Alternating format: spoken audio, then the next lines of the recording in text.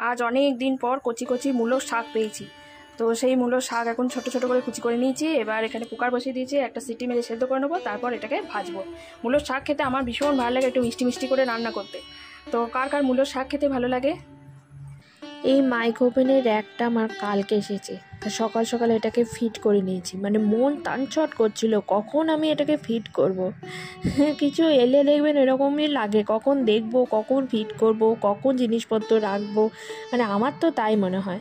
আর এইটা হচ্ছে রুহির জন্য বানানো কেক। তো আমি প্রতিদিনই রুহির জন্য, প্রতিদিন না, প্রত্যেক রবিবারই রুহির জন্য এরকম আটা দিয়ে কেক তৈরি করি।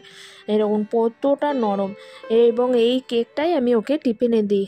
কারণ বাজার থেকেও কেক কিনে নিয়ে আসা যায়, কিন্তু সেই কেকে তো অতিরিক্ত মিষ্টি থাকে, ময়দা থাকে, সেইগুলো তো খাওয়া বাচ্চাদের পক্ষে খুব একটা ভালো নয় বা স্বাস্থ্যকর নয়। ও যখন টিফিনে খাবে, মানে আমাকেও যখন দিতেই হবে, তখন আমি এইভাবে বাড়িতে ওকে কেক বানিয়ে দিই এবং তারপর টিফিন দিই। আর এখানে আমি কিছুটা ফল দিই। এটাই হচ্ছে ওর আমি একটা টিফিন। অন্যরকম খাবার খাবো, তবে আমি আমার কাছে অন্যরকম না, আমি প্রায় খাই। এটা হচ্ছে চাল গুঁড়ি দুধ দিয়ে ভিজিয়ে রেখেছিলাম, এটা হচ্ছে আতপ চালের গুঁড়ি, আর এখানে আছে ফল।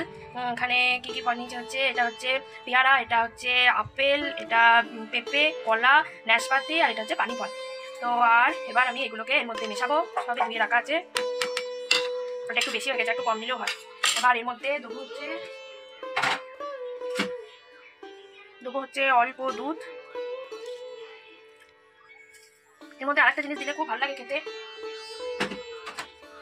সেটা হচ্ছে নারকেল। আর এর মধ্যে দেবো হচ্ছে একটা সন্দেশ মিষ্টির জন্য, আর 1 চামচ মধু। আর এর মধ্যে দেবো হচ্ছে অল্প একটু আদা বাটা। আবার আদা ঘষা দিলেও ভালো লাগে। এটা হচ্ছে মেন মশলা, এটা না দিলে কিন্তু একদম ভালো লাগবে না। আর এর মধ্যে তুমি কাজু কিশমিশ এইসবও অ্যাড করা যায়, তবে আমি কাজু কিশমিশ অ্যাড করবো না, কারণ আমার ফলটা অলরেডি অনেক বেশি হয়ে গেছে। ব্যাস হয়ে গেল মাখা, এবার শুধুই খাওয়া। রুহিকে স্কুল থেকে নিয়ে এসে স্নান টান করিয়ে দিয়েছে, ও এখন বসেছে হচ্ছে আঁকাঝোঁকা করতে।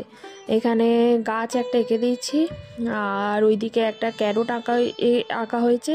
তো সেইগুলোই এখন ও কালার করবে। ও আবার কালার করতে ভীষণ ভালোবাসে। ওকে যদি এই 1 ঘন্টা 2 ঘন্টায় কালারের জন্য বসিয়ে দেয়, ও তাই বসে বসে করবে। ভীষণ ভালোবাসে ওকে। এইভাবে ওকে কিন্তু এনগেজ রাখা যায়। তাই তো। এবার পাশে কি রং হবে ওটা? ওই যে পাশে আর একটা আছে ক্যারটের কি কালার? অরেঞ্জ। আচ্ছা, অরেঞ্জ করে দাও, ওই কালারটা দাও আমাকে, অরেঞ্জ বার করে দিচ্ছি।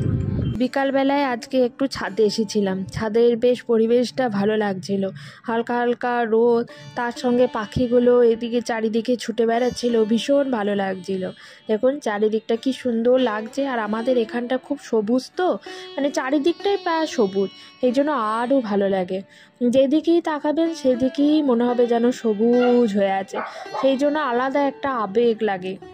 বিকালবেলায় যদি ছাদে আসা যায়, মনটা কিন্তু প্রচণ্ড ভালো হয়ে যায়। আমার তো দারুণ লাগে, কিন্তু আসা যায় না, কারণ আমার রুহি রানী আবার সন্ধে পর্যন্ত ঘুমায় কি না, সেই জন্য একদম বিকালে ছাদে আসা যায় না। আজকে ভিডিওটা এইটুকুই। যদি কিছু ভালো লাগে লাইক শেয়ার করবেন। খুব ভালো থাকবেন। নমস্কার।